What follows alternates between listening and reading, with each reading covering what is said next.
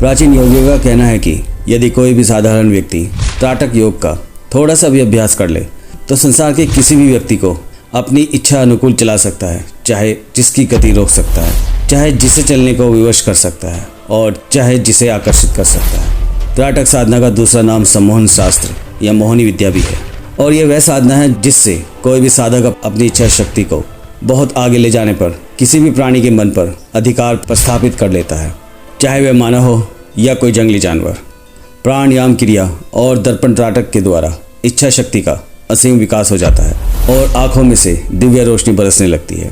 प्राचीन त्राटक साधकों के अनुसार त्राटक करने वाला एक साधारण व्यक्ति यदि किसी चलते हुए व्यक्ति की गर्दन के पिछले हिस्से पर दृष्टि टिका ले तो साधक उस चलते हुए व्यक्ति पर अपना अधिकार कर सकता है। साधक उस व्यक्ति को जिस भी दिशा में प्रभावित करेगा वह व्यक्ति उसी दिशा में मुड़ जाएगा। वह भी त्राटक की शक्ति थी जिसके द्वारा भगवान शिव ने कामदेव को भस्म किया था और वह भी त्राटक की शक्ति थी जिसके कारण बाली में इतनी शक्ति आ गई थी कि उसने रावण को युद्ध में हरा दिया था। महाभारत में दुर्योधन की माता गंधारी ने दुर्योधन को वज्र के समान शक्तिशाली बना दिया था। यह भी त्राटक की शक्ति के कारण हुआ था।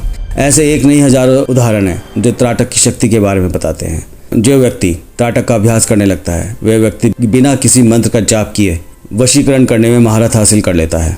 दोस्तों, आज के सेगमेंट में मैं आपको इसी त्राटक साधना की कुछ ऐसी विद्या और साधना के बारे में डीप जानकारी देने जा रहा हूँ जिन्हें कोई भी साधारण मानव कर ले तो उस साधारण मानव में भी दिव्य शक्तियों का संचार हो सकता है।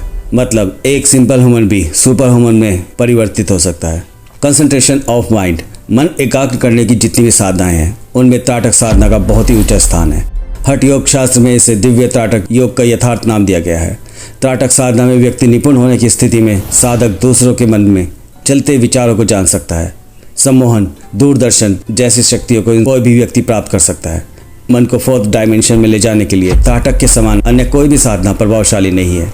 इसकी सफलता से फिजिक पावर एक्टिव हो जाती है जिसके परिणाम स्वरूप किसी भी व्यक्ति की आंखों में जरा सा दृढ़तापूर्वक देखने से ही वह व्यक्ति साधक के वश में आ जाता है। सम्मोहन शास्त्र में अधिकार प्राप्त करने की महत्वाकांक्षा रखने वाले साधकों के लिए एक साल भर त्राटक की साधना करते रहना नितांत आवश्यक है। यह विद्या 10-15 दिनों में प्राप्त होने वाली चीज नहीं है। इस सत्य को साधक न भूले। लेकिन यह भी सच है कि कुछ ही वर्षों में संकल्प के साथ इस साधना को करने से दिव्य शक्तियों का संचार मनुष्य के शरीर में होने लगता है। दोस्तों, वैसे तो त्राटक साधना 9 प्रकार की होती है, लेकिन मैं आपको इस सेगमेंट में सिर्फ 5 त्राटक साधना के बारे में जानकारी देने जा रहा हूँ। वो भी इसलिए क्योंकि सबसे सरल और सबसे अधिक दिव्य शक्तियाँ प्रदान करने वाली यही 5 त्राटक साधनाएं हैं।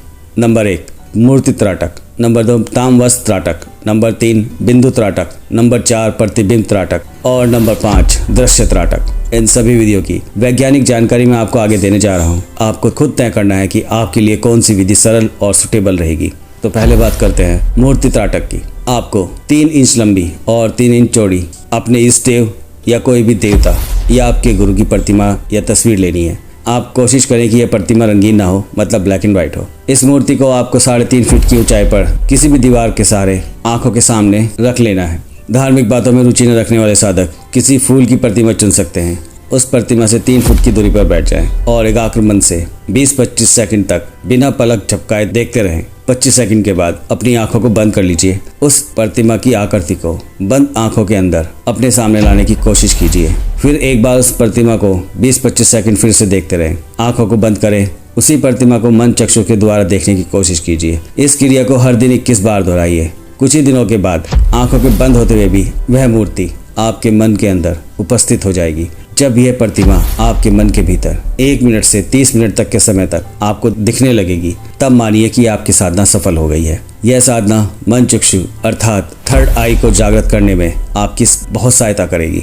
थर्ड आई को एक्टिव करने के लिए साधना बिल्कुल प्रभावशाली और सुरक्षित है। इस तीसरी आंख को जागृत होने पर आंखों के बंद रहने के बावजूद भी अनेक दृश्य दिखाई देने लगते हैं। इस साधना से साधक की बुद्धि तीव्र हो जाती है। वह किसी भी बात को भूल नहीं पाता है। यह इसका एक अनोखा लाभ है। यह साधना आप दिन भर में किसी भी समय कर सकते हैं। जब आप इस साधना में किसी देवता या गुरु की मूर्ति को रखते हैं तो वह गुरु और महात्मा वश में आ जाते हैं। अब जानते हैं दूसरी त्राटक साधना के बारे में। ताम्रवस्त्र त्राटक। 6 इंच लंबा और 3 इंच चौड़ा लाल रंग का साटन फैब्रिक कपड़े का एक टुकड़ा लीजिए। जमीन पर बैठ जाइए।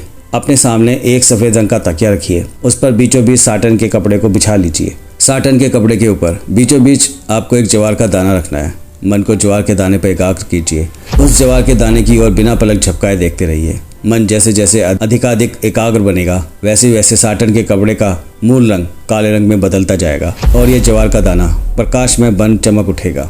और जब मन पूर्ण एकाग्रता की अवस्था तक पहुंचेगा तब वह कपड़ा और ज्वार का दाना दोनों प्रकाशमान हो जाएंगे और ज्वार का दाना आंखों के सामने से अदृश्य हो जाएगा, मतलब आपको सिर्फ कपड़ा ही दिखाई देगा।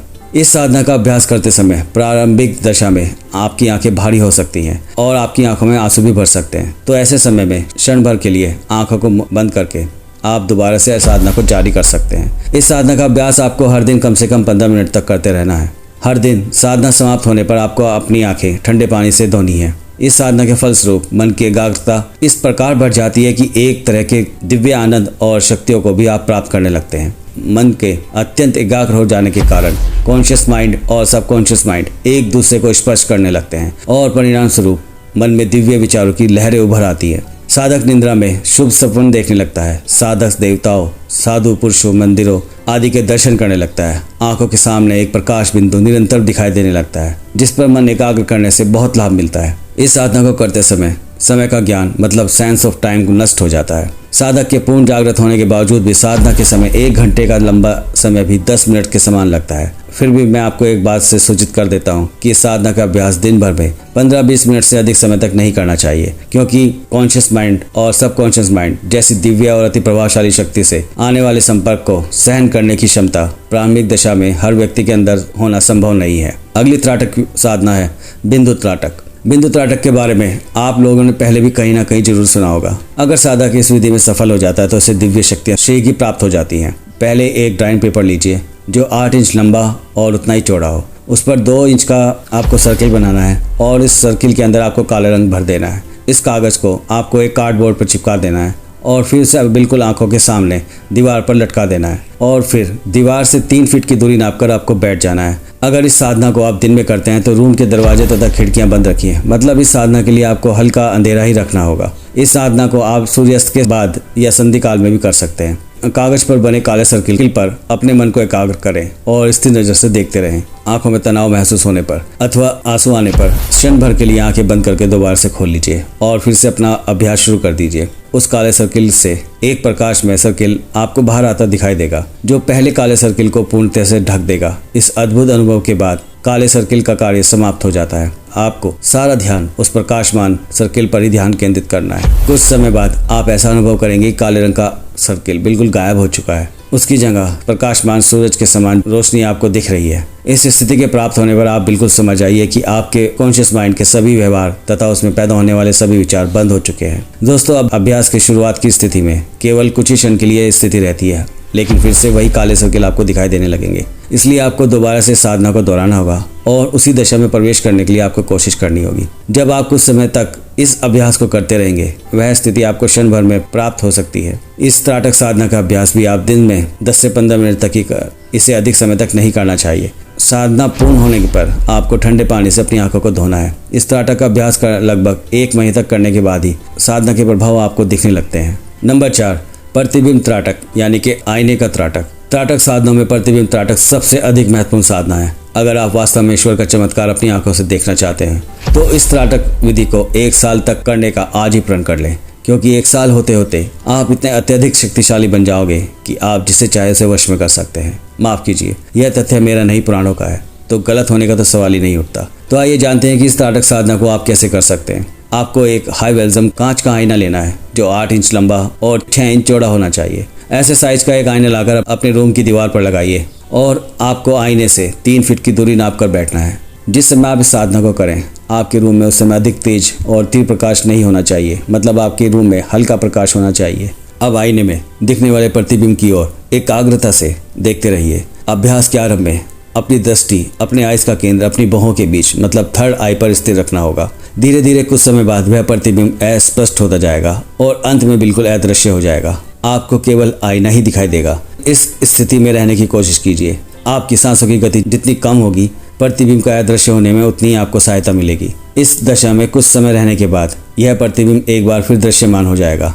इस प्रकार यह साधना हर शाम लगभग 20 मिनट तक आपको करनी है। त्राटक करते समय आपको किसी भी तरह के जाप की आवश्यकता नहीं है। आपका सारा ध्यान आईने में दिखने वाले प्रतिबिंब पर ही होना चाहिए। लगभग 1 महीने बाद आपको अपनी साधना के सफल होने के संकेत मिलने लगेंगे। आपको उसी आईने में अपने प्रतिबिंब की जगह कुछ ऐसे दृश्य दिखाई देने लगेंगे, जैसे कि विशाल बाग बगीचे, ऊंचे पेड़, कुछ अपरिचित व्यक्ति, जलाशय आदि चीजों के आपको दर्शन होने लगेंगे।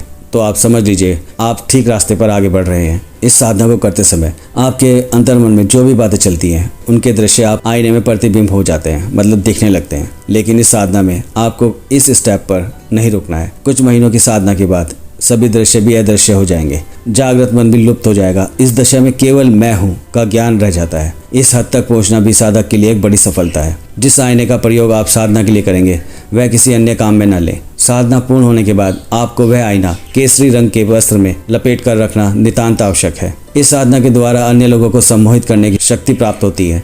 आंखों में एक तेज भर कर आता है और सभी लोग और पशु पक्षी आपके वश में होने लगते हैं।